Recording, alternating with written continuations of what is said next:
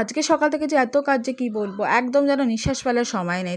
তাই সেই কাজটা করতে, করতে চলো আজকে ভিডিও করে দিই যে আজকে কী, কী কাজ করবো। আর চারিদিক থেকে আজকে অনেক আওয়াজ আসতে পারে, তোমরা একটুখানি অ্যাডজাস্ট করে নিও আমার ভয়েস ওভারটা।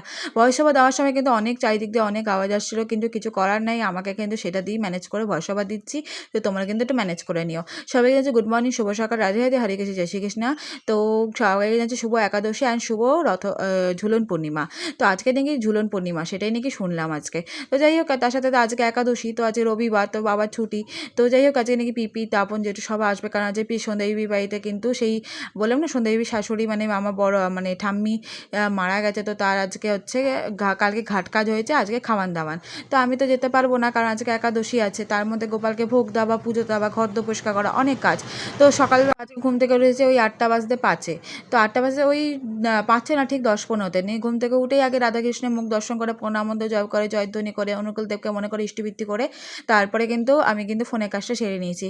আমার জানি ফোনে কী কী কাজ থাকে, যেমন গুড ফেসবুক ইনস্টা ইউটিউবে যা কমেন্ট করছো রিপ্লাই দিয়ে, তারপরে হোয়াটসঅ্যাপে যা স্ট্যাটাস দিয়েছে SMS করতে রিপ্লাই দিয়ে, কত সাবস্ক্রাইব হয়েছে ইউটিউব স্ট্যাটাস চেক করে, তারপরে ফেসবুক থেকে কিছু ফটো কালেক্ট করে গুড মর্নিং ফটো পোস্ট করে নিয়ে কালকে একটা ব্লগ করেছিলাম স্কিন কেয়ারে, অ্যান্ড তার সাথে কিন্তু কালকে সারাদিনে যা যা কিছু সেই ব্লগ করেছিলাম সেটা জেএসি গপু ইউটিউব চ্যানেলে পোস্ট করে, তারপরে যেটা সারাদিন খেয়েছিলাম সেই ভিডিওটার সাথে গান সেট করতে ভুলে গেছিলাম।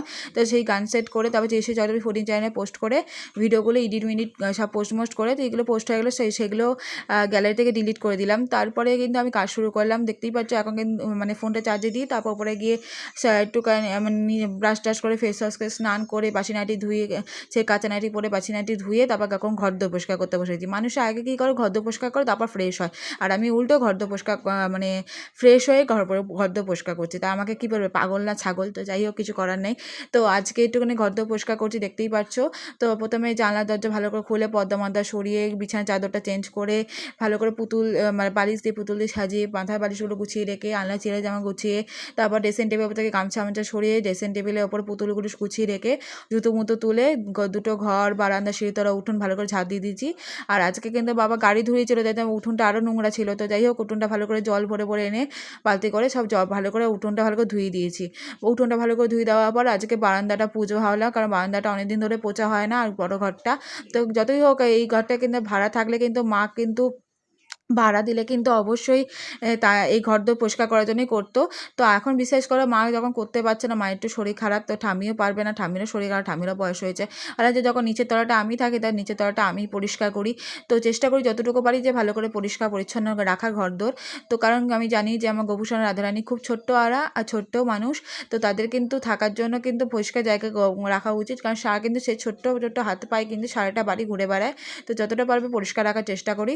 তো দেখতেই পাচ্ছ ভালো করে উঠোনটা ভালো করে ধুয়ে নিয়ে, সিঁড়ির তলাটা ধুয়ে, ঘরটা ভাড়ার ঘরটা বারান্দাটা ভালো করে মুছে নিয়ে নিয়েছি ডান্ডি দিয়ে। আর এই ঘরটা কিন্তু আমি নিজে হাতে ভালো করে ধুচ্ছি।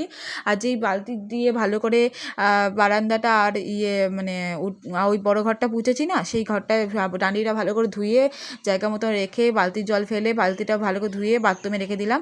আর এই যে ছোটো বালতিটা আছে যেটা দিয়ে আমি ঘর পুছি, সেটি বালতিতে জল ভরে নেতা দিয়ে ভালো করে আমার ঘরটা ভালো করে পুছে নিয়ে, তো ভালো করে পুছে নিয়ে দেখতে পাচ্ছ ভালো করে তারপরে বাসন মানে পুছে নিয়ে বালতির জল ফেলে বালতি উগুর করে নেতা মেলে নিয়ে এখন গোপালের বাসন মাজতে বসে পড়লাম। তো আজকে একাদশী দিন সকাল থেকে এই কাজ করেছি, বিশ্বাস করে আমি খুব হাঁপিয়ে গেছি। এখন 12টা অবধি নির্জলা উপোস, তার মধ্যে এতগুলো কাজ। এবার যাবো গোপাল পুজো দিতে, তো মোটামুটি কাজ হয়ে গেছে। তো এবার পাম্প চালিয়েছিল, তো তাই জন্য আগে পাম্প মানে ভালো করে ঘটিটা বড় বালতিটা গোপালে ভরে মানে ধুয়ে ভালো করে জলগুলো ভরে নিলাম, তো গোপাল আর রাধারানী যেন জলে অসুবিধা না হয়।